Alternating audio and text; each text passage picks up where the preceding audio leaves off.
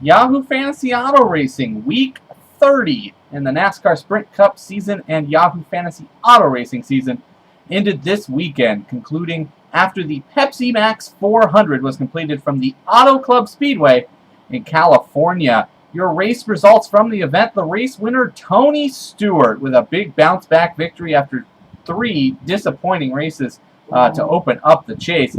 That was followed by Clint Boyer in second. Third went to Jimmy Johnson. Fourth was Casey Kane, and fifth, Ryan Newman. Point standings following the event: Jimmy Johnson now pads his lead, leading by 36 points over Denny Hamlin, 54 over Kevin Harvick, 85 over Jeff Gordon, and 107 over race winner Tony Stewart. Your race notes from the Pepsi Max 400, the 2-mile D-shaped oval, formerly known as the California Speedway, now the Auto Club Speedway. Jamie McMurray won the pole by more than 0.2 of a second. He had the dominating car coming into the event, and unfortunately, though, he would not get the results to show for it, as he would struggle with some mechanical issues and pit road issues, putting him 17th by race day's end.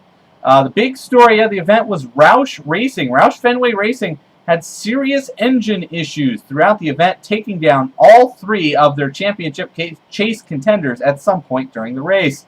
Roush Fenway Racing had won a race at California in the last 5 seasons. Once, at least, in the last 5 seasons. I can't believe I slaughtered that as bad as I did.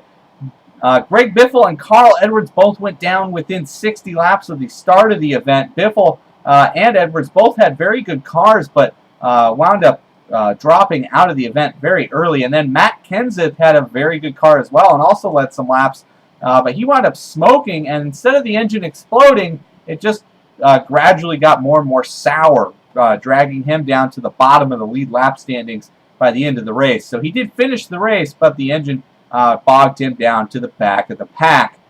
Denny Hamlin qualified really poorly for the event. He started shotgun on the field after making some engine changes to the engine, I should say, and rallied for a top 10 finishing 8th. So a huge day for Hamlin points-wise. It could have been a disastrous race for Hamlin like it was last season, where he wrecked out of the event, but Hamlin instead made the most of his situation and did as much damage control as possible, considering where Jimmy Johnson was able to finish in relationship to Hamlin. Kyle Busch blew up despite having a fast car. Engine woes were a huge problem at California, despite the race being 100 miles shorter than it was last season. Kyle Busch claims his championship chase hopes are over. He sits 9th in the standings after the blow-up, 187 points out of first. Jimmy Johnson was up front all day and fought off water temperature concerns during the middle portion of the race. A huge piece of tape or paper got on the front grille and caused the water temp in the car to go up to 300 degrees, but he was able to wiggle that off the front end after a few laps and running behind a couple of lap cars. And Johnson was able to bring that water temperature back down and keep the car running smoothly. A really bad day for Marcos Ambrose. He actually brought up 2 separate cautions throughout the event and had really no shot at really competing throughout the entire day. Mark Martin quietly led most laps in this event. Most people probably won't point to Martin having a great day because he was pretty quiet by race's end and was not a threat to really win. But Martin actually wound up leading more laps than any other driver in the event. So very quiet, solid performance from Martin this week. The lone wreck in the event was Kurt Busch and David Reagan. Towards the end of the event, David Reagan pinched off Kurt Busch coming off of turn 4. The two collided. And this once again brings up the debate: should the chase drivers have to deal with the non-chase drivers on the racetrack when so many non-chase drivers are affecting the outcome of who gets to become champion? Kurt Busch would limp his way around to a 21st place finish when all was said and done.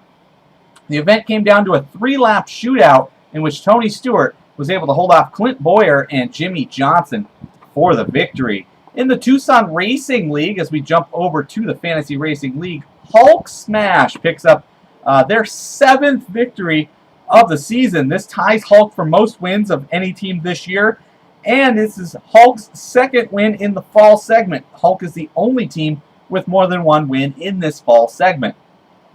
Hulk came home with 314 points on the heels of Jimmy Johnson's 3rd place finish in Group A, a 5th out of Ryan Newman, 17th out of Jamie McMurray, and a 22nd out of Paul Menard. But here's where the key comes in. McMurray was able to pick up 10 bonus points for winning the pole, and that wound up being the difference this week as Greek Thunder took second by just 6 points. Greek missed out on the qualifying bonus. Had that bonus not been in place, Greek would have won by 4. Greek finished with 308 points this week with 3 drivers in the top 10. Clint Boyer 2nd, Ryan Newman 5th, Jeff Gordon 9th, and Scott Speed was 24th in Group C.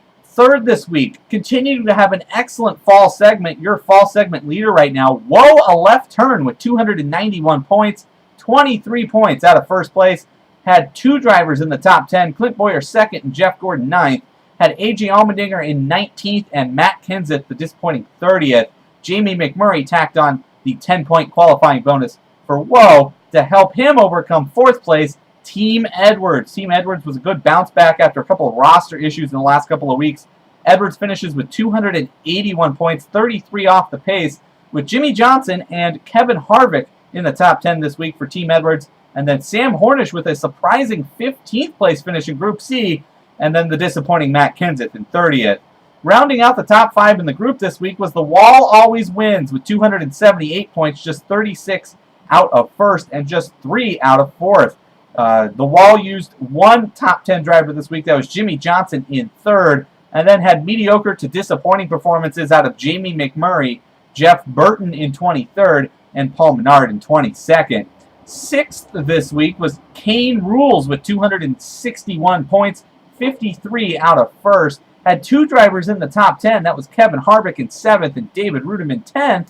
And then had Kurt Busch for 21st and Paul Menard for 22nd. Kane also picked up 3 bonus points from Scott Speed.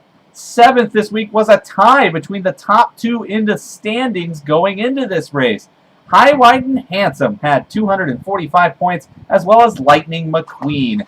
Handsome finished 69 points off the pace with Jeff Gordon in 9th, Matt Kenseth 30th, a 17th out of Jamie McMurray, and Reed Sorensen in 27th. Now the odd part is these 2 teams tied and only started 1 like driver between the 2. McQueen went with Jimmy Johnson in Group A and got a better finish. Both teams went with Matt Kenseth, and then the other drivers bogged McQueen down. Jeff Burton was 23rd. McMurray for High, Wide, and Handsome was 17th, so that kind of settled the score there. And then Lightning McQueen used Paul Menard for 22nd versus Reed Sorensen from High, Wide, and Handsome. So those 2 teams, a very disappointing week for both. And last this week was Oh No, a blowout with 236 points, 78 points out of first. No points out of B driver Earnhardt Jr., Dale Earnhardt Jr. this week. Earnhardt Jr. out of starts for Oh No, a blowout, but had 2 drivers in the top 10. So had this team actually set their lineup, this team could have actually threatened to win the race, win the week. Clint Boyer was 2nd and Jeff Gordon was 9th, and then Scott Speed was 24th. And this team also picked up 10 points from Jamie McMurray. So looking at the overall standings, we have a change for 2nd as the lead gets smaller for High, Wide, and Handsome. And Hulk Smash has moved into 2nd place with a a small lead over Lightning McQueen, who sits 3rd. So we have a heated battle for 2nd now, as McQueen has been slipping in the standings the last few weeks, and Handsome has not been keeping pace with Hulk Smash in the fall segment. 4th right now, the Wall Always Wins, who's quite a ways back from the top 3. 5th is Greek Thunder, who has a ways to go to catch the Wall and has a comfortable lead over 6th place Team Edwards.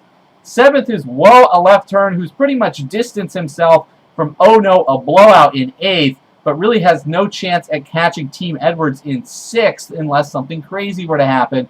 And then rounding out the field is Kane Rules, who sits thousands of points out of first. So next week, week 31 in the NASCAR season, the fantasy auto racing season, the Bank of America 500 is going to be held at the 1.5 mile track in Charlotte, North Carolina. I should say Concord, North Carolina, the Charlotte Motor Speedway. This race is going to be held Saturday night, so the lineups are gonna lock earlier. So you're going to want to make sure you have your driver set earlier this week. The pool actually locks Thursday at 2 a.m., so you have from now, once this video posts here, until 2 in the morning to get your lineups, starters and bench set, and then you can switch those sets of drivers up until Saturday. at approximately 4:30 p.m. as the race will kick off just before 5 o'clock on Saturday. So we'll hope to see you back next weekend for Week 31 in the Yahoo Fantasy Auto Racing Tucson Racing League.